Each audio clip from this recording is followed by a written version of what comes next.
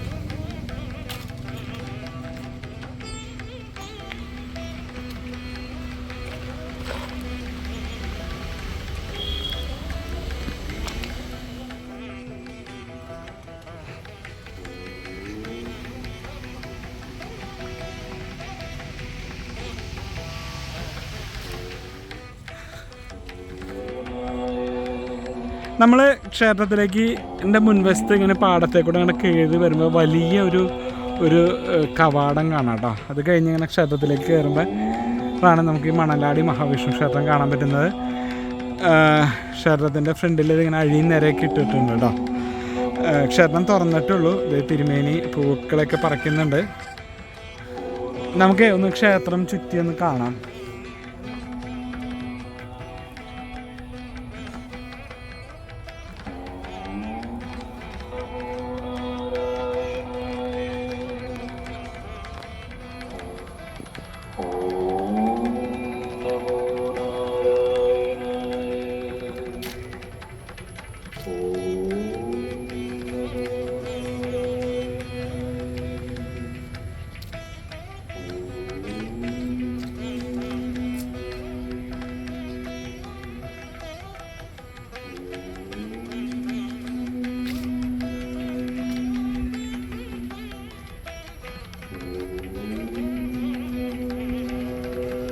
തിരുമേനി നമസ്കാരം.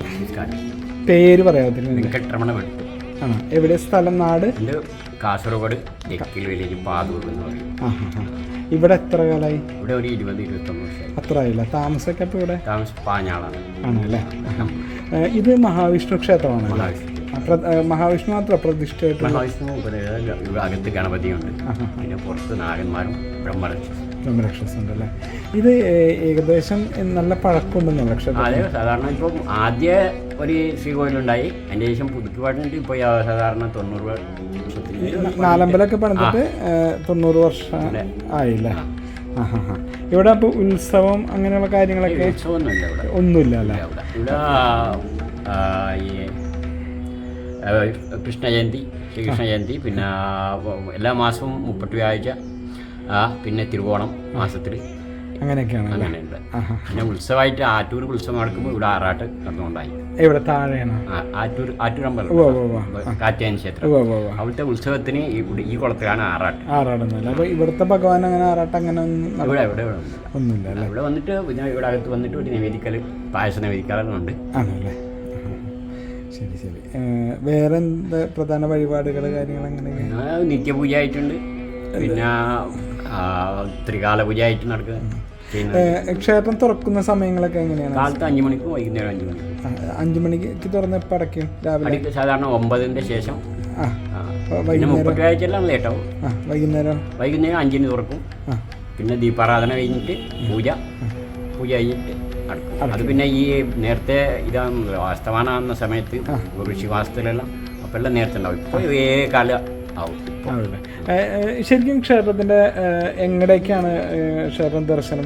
പടിഞ്ഞാറോട്ട് ദർശനമായിട്ടാണ് വരുന്നത് അല്ലേ? ശരി തിരുവേനി, നന്ദിയുണ്ട് കേട്ടോ.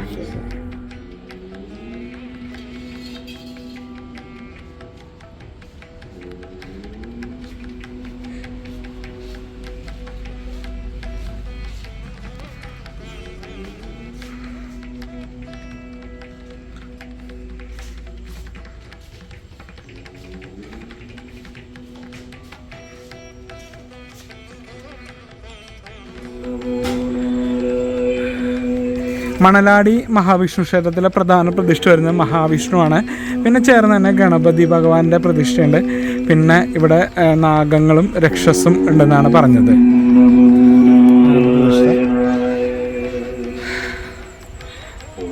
മുകളിലാണ് കേട്ടോ നമ്മുടെ തൃശ്ശൂർ ചേലക്കര റോഡ് വരുന്നത് കേട്ടോ. മുകളിലാണ്, ഒരു താഴെയാണ് അപ്പോൾ ക്ഷേത്രം നിൽക്കുന്നത് കേട്ടോ. നല്ല ഭംഗിയുള്ള ക്ഷേത്രമാണ്, നൂറ്റാണ്ടുകളുടെ പഴക്കമുള്ളൊരു ക്ഷേത്രമാണ്. ചുമരുമൊക്കെയും ഇങ്ങനെ കൽവിളക്കുകൾ നമുക്ക് കാണാൻ പറ്റും. ഇതായിരിക്കാം രക്ഷസിൻ്റെ പ്രതിഷ്ഠ വരുന്നത്.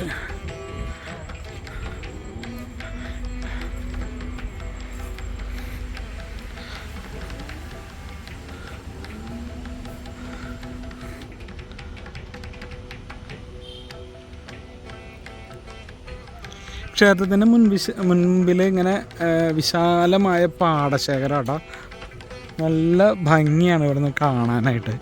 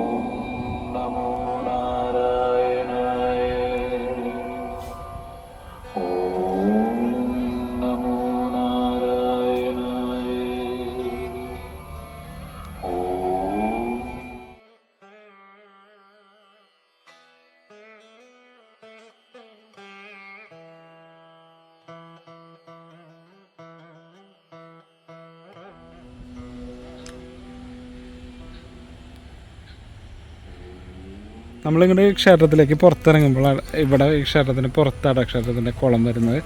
ചുറ്റും പാടമാണേ.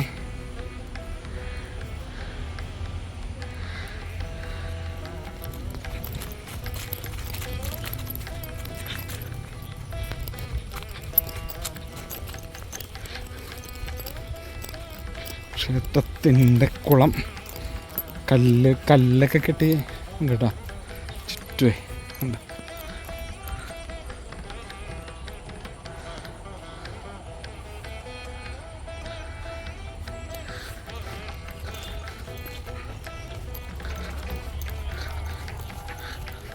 തിരുമേനി പറഞ്ഞ പോലെ ക്ഷേത്രത്തിൽ അങ്ങനെ ഉത്സവങ്ങൾ അങ്ങനെയൊന്നുമില്ല. എല്ലാ ദിവസവും നിത്യപൂജയുണ്ട്.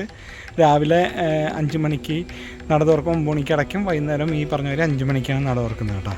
അപ്പോൾ തൃശ്ശൂർ ജില്ലയിലുള്ള ഈ മണലാടി മഹാവിഷ്ണു ക്ഷേത്രത്തിൻ്റെ വിശേഷങ്ങളും കാഴ്ചകളും എല്ലാവർക്കും ഇഷ്ടപ്പെട്ടെന്ന് വിശ്വസിക്കുന്നു. വീഡിയോ ഇഷ്ടമായി നമ്മുടെ ചാനൽ സബ്സ്ക്രൈബ് ചെയ്യുക, സപ്പോർട്ട് ചെയ്യുക. നന്ദി. നമുക്കിതാ മുകളിൽ നിന്നിട്ടുള്ള ക്ഷേത്രത്തിൻ്റെ കാഴ്ച നല്ല രസമുണ്ട്. ഞാൻ വരുമ്പോൾ തന്നെ കാണിച്ചു തന്നില്ലേ, നല്ല ഭംഗിയാണ് മുകളിൽ നിന്നുള്ള കാഴ്ച കാണാനായിട്ട്.